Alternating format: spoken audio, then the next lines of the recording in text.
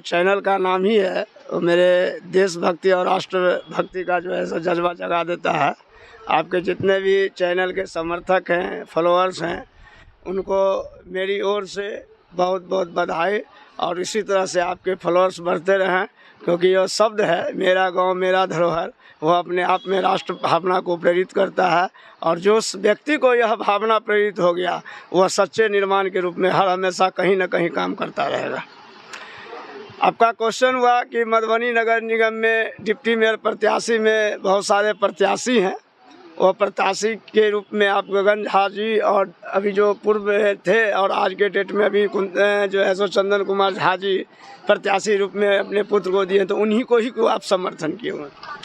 मैं व्यक्ति विशेष रूप से उनका समर्थन नहीं किया हूँ। आप ग्राउंड रिपोर्ट पर हकीकत में जान सकते हैं। इनके जो गगन जी के पिताजी थे श्री नरेश झा जी, उनके पूरे शहर में चर्चा है। कई हजार परिवारों को अपना निजी भूमि दान करके अपने घर के बगल में उनके अगर निजी आवास पर जब कभी भी चैनल ग्राउंड रिपोर्ट पर जाने का मौका लगेगा तो दलित सेवा बस्ती ही है, और वह धरोहर जो है उस एरिया में भूमि दान करके बसाने का काम किए।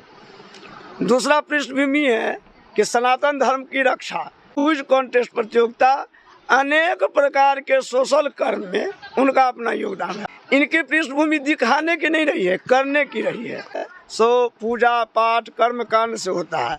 इन लोगों का जीवन जो है सो कोई व्यापारिक जीवन है ही नहीं। इनका पूजा पाठ करके अपना जीवन यापन सनातन धर्म को हमेशा जीवित रखने का काम करते हैं। ये बहुत बड़ी बात है। चंदन जी बालकाल से भी अभी तक कोई रोजगार में भी नहीं है। युवा हो जाने के बाद सभी परिवार में जिम्मेदारियां होती है कि उनको कोई ना कोई काम करे, पति पत्नी परिवार बाप पिता को देखे, कमाए, बहुत धन अर्जित करे।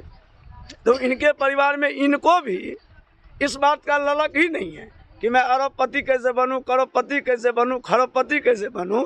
वो भी बालकाल से roti bank, blood bank, cricket association, विवाह समारोह, अभी जो मधुबनी नगर डिप्टी मेयर का जो प्रत्याशी लड़ रहे हैं, कोई जात सम्मेलन करके लड़ रहे हैं, कोई अपनी धनबल के काबिलियत से लड़ रहे हैं। तो इनको देखे एक सोच बहुत बड़ा निकला, जो हम लोग के चुनाव में भी एक नारा है, धर्म जाति टोला मोहल्ला से नाता तोड़ो। और मधुबनी नगर परिषद जो नगर नरक परिषद था, उसको सुंदर सा नगर निगम और मजबूत नगर निगम में निर्माण करे। यह सपना है, इनका ड्रीम सपना है, जिसका यह सपना को धरती पर उतारना चाहते हैं। वैद्यनाथ कुमार राय मेरा नाम रहा, पृष्ठभूमि मेरे परिवार का ही जनसंघ काल से रहा है। हमर नाम गगन झा है, डिप्टी मेयर के प्रत्याशी ऐसे पहले छलौं हैं। किछ डॉक्यूमेंट्स के कारण से हम नहीं भऽ कऽ हम अपन जे छै से भातीज के बेटा के बनाबऽ जा रहल छी डिप्टी मेयर प्रत्याशी, जे पूरे नगर निगम में सबसे काबिल और सबसे युवा नेता हुआ जा रहा है मधुबनी नगर निगम में। और हम एक साल से मेहनत को आबि रहल छी, खूब नीक समर्थन हमरा भेट रहल है।